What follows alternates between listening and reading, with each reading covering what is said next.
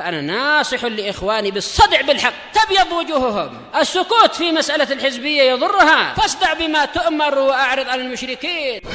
سلامي على دماج ورجالها والشيخ يحيى ودار العلم يا سعد بانيها.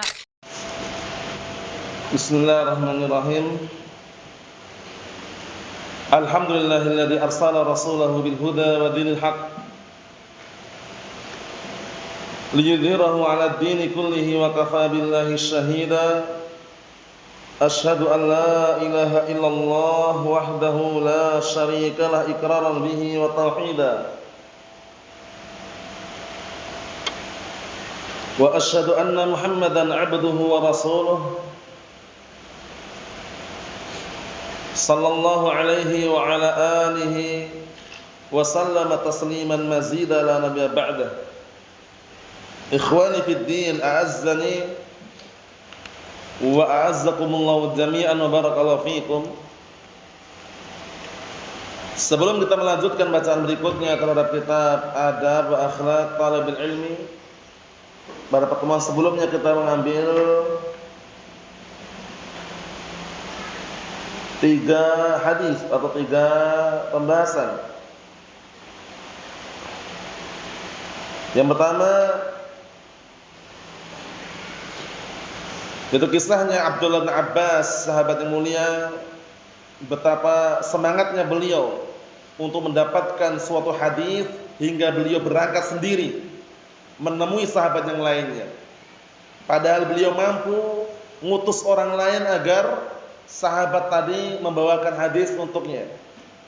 Yang kedua, kisahnya sahabat yang mulia Jabir bin Abdullah pergi ke Syam dengan perjalanan sebulan dalam rangka untuk mendapatkan hadis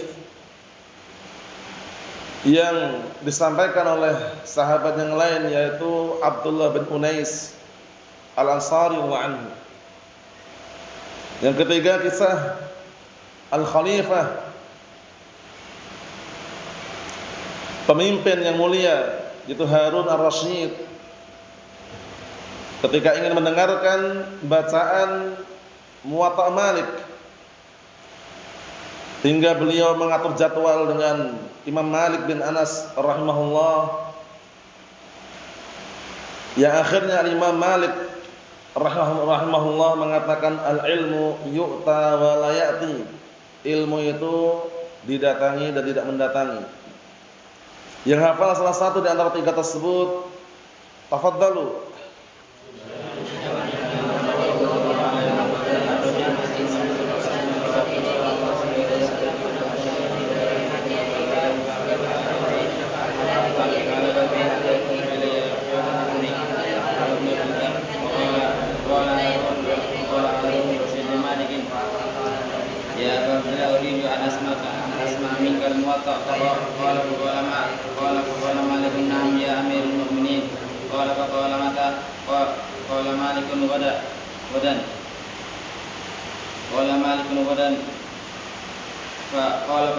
فجلس هارون ينتظره وجلس مالك في بيته ينتظره. قال فلما أفطر عليه أرسل إليه فدعاه فقال له يا أبا عبد الله ما زلت أنتظرك منذ اليوم. قال مالك وأنا أيضا لم أزل أنتظرك يا أمير المؤمنين. وأنا أيضا يا أمير المؤمنين لم أزل أنتظرك أيضا منذ اليوم. إن العلم يؤتى ولا يأتي وإن ابن عمك هو الذي جاء بالعلم فإن رفعتموه ارتفع وإن وضعتموه اتضع. رواه البيهقي. Naam, ahsantum barakallahu fiik, a'anakumullah. Kita lanjutkan bacaan berikutnya sekaligus penutupan daripada kitab ini. Semoga nanti dimudahkan untuk kitab berikutnya. Insyaallah kita akan mengkaji Kitabul Ilm dari Sahih Bukhari yang disyarah oleh Asy-Syaikh Al-'Allamah Zaid bin Hadi Al-Madkhali rahmatullah alaih. Jadi nanti yang kita baca Kitabul Ilm dari kitab Sahih Bukhari yang disyarah oleh Asy-Syaikh Al-'Allamah Zaid bin Hadi Al-Madkhali rahimatullah alaih. Insyaallah taala. Kita lanjutkan halaman 35. Tinggal sisa 2 hadis. Qala al-mu'allif asbahullah ar-rihlatu fi talabil ilmi. Pembahasan berikutnya adalah termasuk adab seorang mencari ilmu adalah rihlah. Rihlah maksudnya adalah safar, pergi dalam rangka untuk mencari ilmu. Jadi tidak hanya berdiam di kampungnya atau di negerinya sendiri, tapi dia rihlah, meninggalkan kampung halamannya, meninggalkan tempat tinggalnya dalam rangka untuk mencari ilmu.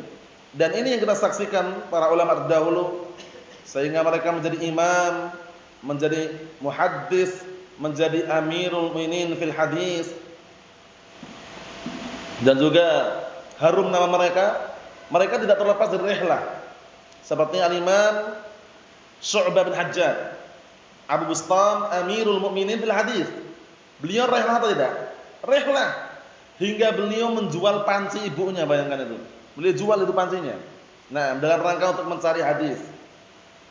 Sehingga ucapan beliau pun dikenang hingga saat ini. Apa ucapan beliau? Beliau mengatakan man talabal hadis aflasu. Barang siapa yang mencari hadis, mencari ilmu, dia akan bangkrut. Kenapa bangkrut? Karena orang ketika mencari ilmu mengeluarkan modal. Ya kan? Nah, mengeluarkan biaya gitu loh. Kalau apalagi zaman sekarang nempuhnya pakai kendaraan, harus mengeluarkan Pertalite, Pertamax, ya kan? Mengeluarkan bensin istilahnya. Kemudian kadang-kadang mengeluarkan pena, pensil, buku tulis. Secara dunianya bangkrut dia. Tapi secara akhiratnya insyaallah untung. Kata beliau, bi'tu tasta ummi bisab'ati dananir. Aku sampai menjual periuk atau panci ibuku, dengan berapa?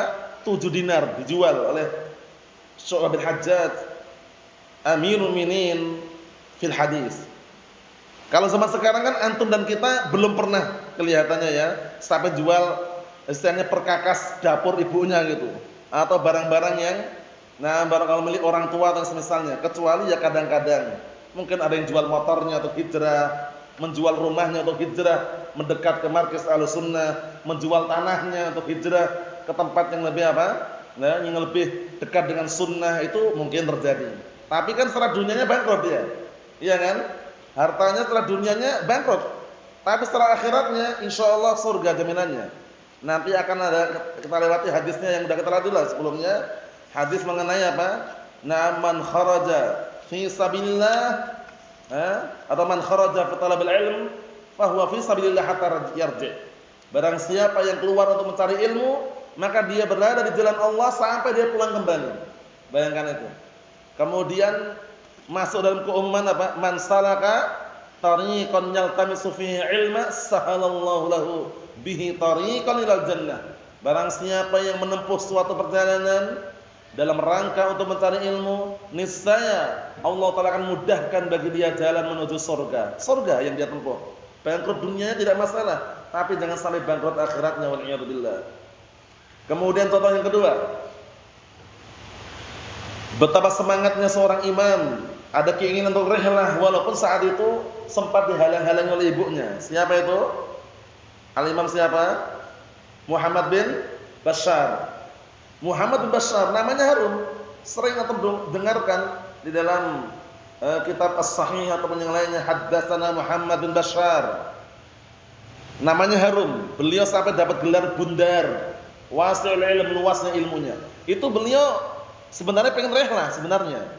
Cuman waktu itu ibunya melarang karena ternyata di negerinya masih ada seorang imam muhaddits juga, yaitu al-Imam Yahya bin Sa'id Al-Qattan rahmatullah alaih.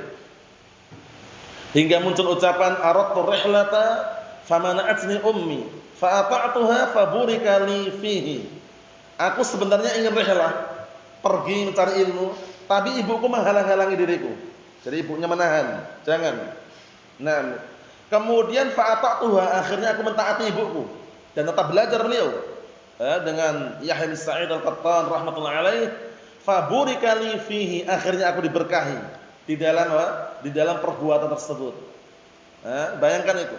Nah, menjadi seorang imam namanya harum, sering disebut haddatsana Muhammad bin Bashar, Bundar gelarnya. Wasi'ul ilm, luasnya ilmunya. Paham ya? Seperti kisah kemarin Jabir bin Abdullah sengaja pergi ke Syam untuk mendapatkan satu hadis. Hadisnya yang dibawa oleh siapa? Abdullah bin Unais. Sebulan padahal. Apa kendaraannya kemarin? Avanza? Bukan. Alphard? Bukan juga. Pesawat? Bukan. Kendaraannya kendaraan hewan. Apa kendaraannya kemarin? Onta. Lihat. Beliau beli onta. Ontanya dikendarai, dipakai pergi ke Syam. Perjalanannya berapa kemarin? Sebulan. Masya Allah. Dalam rangka untuk mencari ilmu. Kita lihat hadisnya. Anzir bin Hubeish qala ataitu Safwan ibn Assal al-Muradi faqala ma ja'a bika yazir. Dalam riwayat ada lafaz yazir gitu ya. Qultu unbitul ilma. Dalam riwayat yang lain na'am abtaghi al-ilma atau abtigha al-ilm. Qala fa inni sami'tu Rasulullah sallallahu alaihi wasallam yaqul ma min kharijin kharaja min baitihi fi talabil ilmi illa wada'at lahul malaikatu ajnihataha ridan bima yasna'. Rawahu Tirmidzi wa Ibnu Majah was Shahahu al-Albani. Masyaallah. Lihat, perhatikan. Dari Zaid bin Hubeish, suatu ketika beliau mendatangi Safwan bin Assal al-Muradi. Beliau datang kepada Safwan bin Assal al-Muradi. Faqal ma ja'a bika yazir. Faktor apa yang mendorong dirimu untuk datang wahai Zir? Qultu, Zir bin Hubeish mengatakan, unbatul ilm, aku ingin ilmu. Ingin mencari ilmu. Bayangkan itu. Nah, mendatangi rihlah pergi kepada seorang alim ingin mendapatkan ilmu. Qala fa inni sami'tu Rasulullah sallallahu alaihi wasallam yaqul. Kemudian beliau pun mengatakan, sesungguhnya aku mendengar Rasulullah sallallahu alaihi wasallam berkata, ma min kharijin kharaja fi min baitihi fi talabil ilmi. Lihat ini. Tidak ada seorang pun yang keluar dari rumahnya dalam rangka untuk mencari ilmu illa melainkan wada'at lahul malaikatu ajnihataha. Lihat. Melainkan para malaikat meletakkan sayap-sayapnya. Ini sejak awal kali antum datang misalkan setahun yang lalu atau beberapa bulan yang lalu atau beberapa jam yang lalu, itu kan keluar dalam rangka mencari ilmu kan? Itu para malaikat meletakkan sayapnya. Bayangkan itu. Memang kita enggak terasa, alamnya beda. Cuman yakin saja sudah karena ini sahih hadisnya. Paham ya? Para malaikat meletakkan sayapnya. Nah, kenapa kira-kira meletakkan sayapnya kepada para pencari ilmu? Ridon bima yasna'.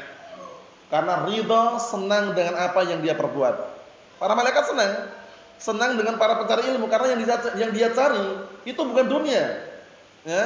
Yang dia cari di majelis ilmu bukan dunia, yang dia cari adalah akhirat. Nah, lihat, yang dia cari adalah ilmu, bukan harta wala yang lainnya. Yang dia cari adalah ilmu. Makanya para malaikat meletakkan sayap-sayap mereka kepada para pencari ilmu tadi. Mafhum? Naam. Ini juga menunjukkan bahwasannya rihlah sangat dianjurkan sekali. Seperti kisah Musa alaihissalam dengan siapa? Khadir. Itu juga diikutin terus dalam rangka untuk mendapatkan ilmu. Dari salah seorang yang ilmu tersebut tidak dimiliki oleh Nabi Musa alaihissalam, tapi ada pada Khadir alaihissalam. Nah, beliau tetap mencari dan juga mengikutinya. Kisahnya bisa melihat dalam surah Al-Kahfi beserta tafsirannya. Mafhum? Dan banyak sekali kisah-kisah yang lainnya mengenai hal ini. Dan mereka ketika rihlah itu bukan sehari dua hari ya. Rihlahnya mereka kalau sampai ke lokasi area tujuannya itu bisa berbulan-bulan bahkan bertahun-tahun mulazamahnya. Yang sering antum jumpai dalam sejarah mereka berapa tahun seringnya? 20 tahun. Lihat itu. 20 tahun fulan bin alan mulazamah dengan Syekh fulan. 20 tahun, 20 sana. Masya Allah. Menunjukkan bahwasanya berhasilnya mereka tidak terlepas dari tulus zaman. Panjangnya waktu dalam mencari ilmu, tidak singkat. Paham ya? Jadi mencari ilmu perlu proses. Nah, ya kan kemarin kita lewati pantunnya kan, termasuk salah satu sebab dia bisa mendapatkan ilmu di antaranya tulus zaman. panjangnya waktu, ya kan? Suhbati ustadin wa tuluz zaman, ya kan? Panjangnya waktu, bola zaman dengan gurunya. Mafhum, tapi perlu kesabaran. Harus siap untuk apa istilahnya? Nah, barakallahu fiik, nah prihatin. Perih-perih di batin. Walaupun pedih apapun, sepedih apapun dia rasakan di dalam hatinya. Ini proses. Paham ya? Karena yang namanya innamal ilmu bita'allum. Ilmu itu didapatkan dengan apa? Ta'allum, belajar. Enggak ada orang yang barakallahu fiik tiba-tiba yulad ala ilmin, dilahirkan langsung di atas ilmu itu. Proses. Paham ya? Naam.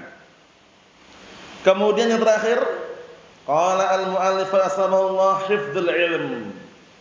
Menghafalkan ilmu.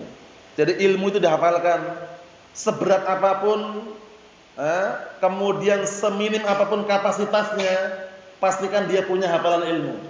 Walaupun taruhlah sudah usianya dah tua misalkan, atau dia taruhlah masih kesulitan dalam menghafal, tapi adalah ilmu walaupun seminim apapun dihafalkan. Paham ya? Karena apa? Dengan hafalan itu akan membantu dia. Paham ya? Membantu dia untuk bisa mengamalkan sekaligus untuk senantiasa istiqamah. Paham ya? Hadis dia hafalkan, Al-Quran dia hafalkan, kemudian dia pahami, dia amalkan, dia dakwahkan, sabar di atas dakwah ilallah azza wa jalla. Mafhum?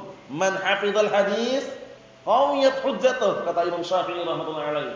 Man hafizal hadis qawiyat hujjatuh. Barang siapa yang menghafal hadis, niscaya akan kuat argumennya.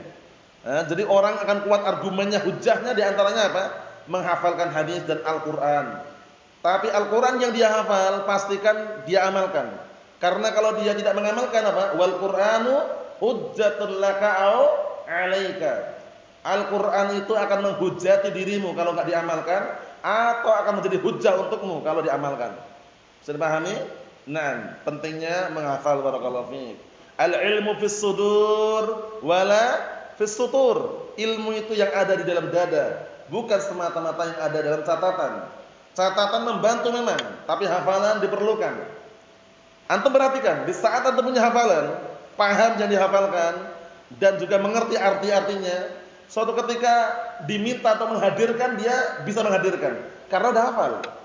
Makanya para ulama terdahulu, antum perhatikan para muhaddisun terdahulu, mereka memang pertama zamannya mendukung. Zaman waktu itu mungkin bisa dikatakan kemaksiatan masih minim. Paham ya? Yang kedua memang keutamaannya Allah telah berikan kepada mereka. Mereka itu ada yang dijumpai dalam kondisi setiap kali gurunya menyampaikan hadis, haddatsana fulan, haddatsana alan, langsung dihafal. Masya Allah. Jadi penyampaian hadis yang dari awal sampai akhir dengan syaratnya itu, muhaddis tadi sudah hafal. Dalam artian dalam waktu yang sangat singkat hafal. Sehingga ada kisah yang apa yang sering saya sebutkan itu, suatu ketika ada catatannya, catatan itu. Salah satu di antara mereka sama-sama mencari hadis, iri. Diambillah catatannya, dilempar ke sungai. Kalau orang zaman sekarang misalkan enggak hafal kan pucat kan wajahnya. Ya kan, catatan faedahnya dibuang sungai. Ternyata muhaddis ini sudah hafal. Itu catatan yang ada di kertas tadi, yang ada di tulisan tadi itu, yang sudah dibuang tadi, ternyata sama muhaddis tadi sudah dihafal. Sehingga santai. Paham ya?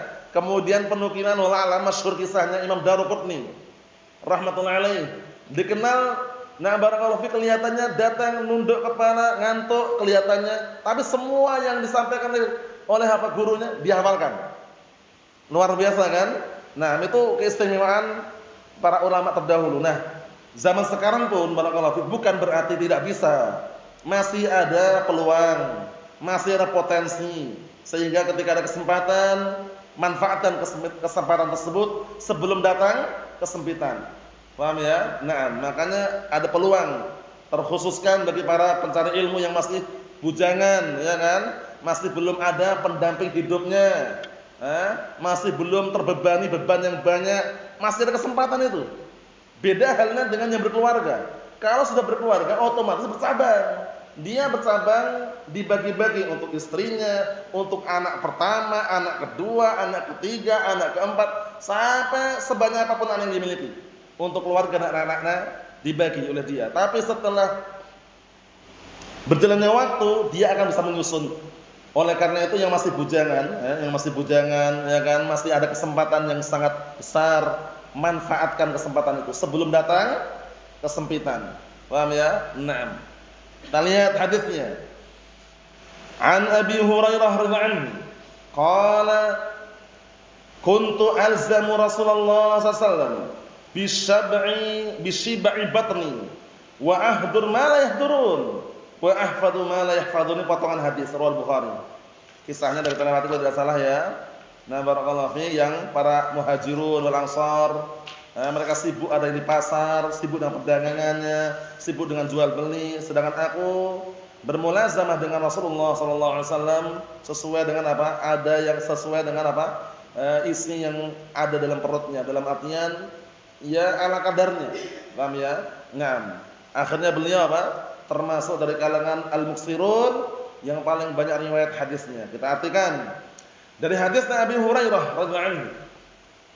Qala, dahulu aku senantiasa mulazamah, setia duduk bermulazamah dengan Rasulullah SAW bisyibai batni, dengan sekenyang perutku, dalam artian barakallahu fiik, na'am, sesuai dengan apa yang dia miliki.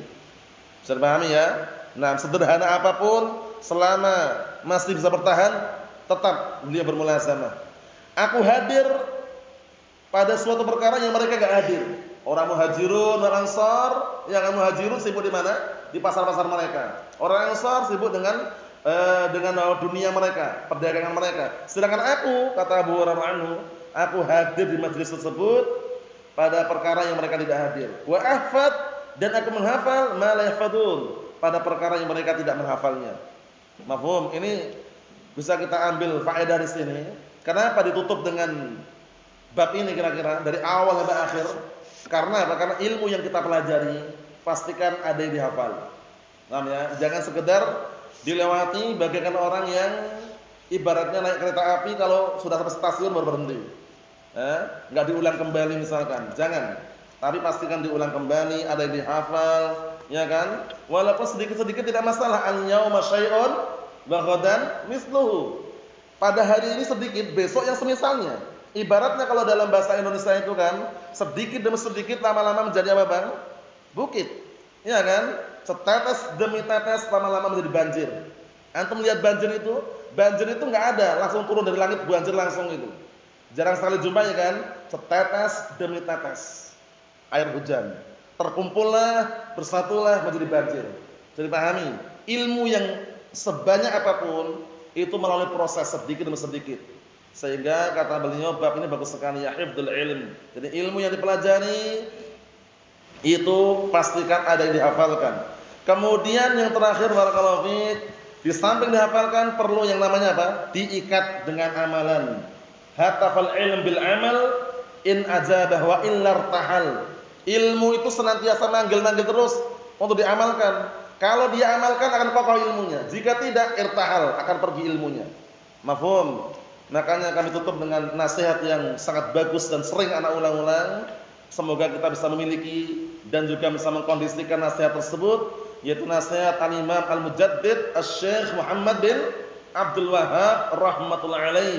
Apa? 4 perkara yang pasti kita akan lalui agar kita bisa mendapatkan ilmu dan juga diberkahi ilmunya. Pertama, ilmu jelas. Kedua, amal. Ketiga, dakwah. Keempat, sabar. Sudah ilmu ada, amalkan. Kemudian dia sudah mengamalkan, dakwahkan semampunya. Setelah berdakwah, sabar di dalam menghadapi halangan rintangan di dalam berdakwah. Berarti alhamdulillah kita selesaikan ya, sudah kita selesaikan kitab yang artikel yang ringkas ini, dan semoga berfaedah dan bermanfaat untuk kami pribadi dan segenap para talabatul ilm seluruhnya, karena ilmu yang hakiki adalah ilmu yang dia amalkan dan yang dia dakwakan di jalan Allah Subhanahu wa taala dalam rangka mengharapkan wajah dan juga pahala dari Allah Subhanahu wa taala. Untuk yang berikutnya insyaallah taala sebagaimana sudah kami kabarkan, kita akan bahas kitabul ilm dari Sahih Bukhari yang disyarah oleh Asy-Syaikh Al-'Allamah Zaid bin Hadi Al-Madkhali rahmatullahi alaih. Nasallahu as-salamata wal afiyah walhamdulillahirabbil alamin.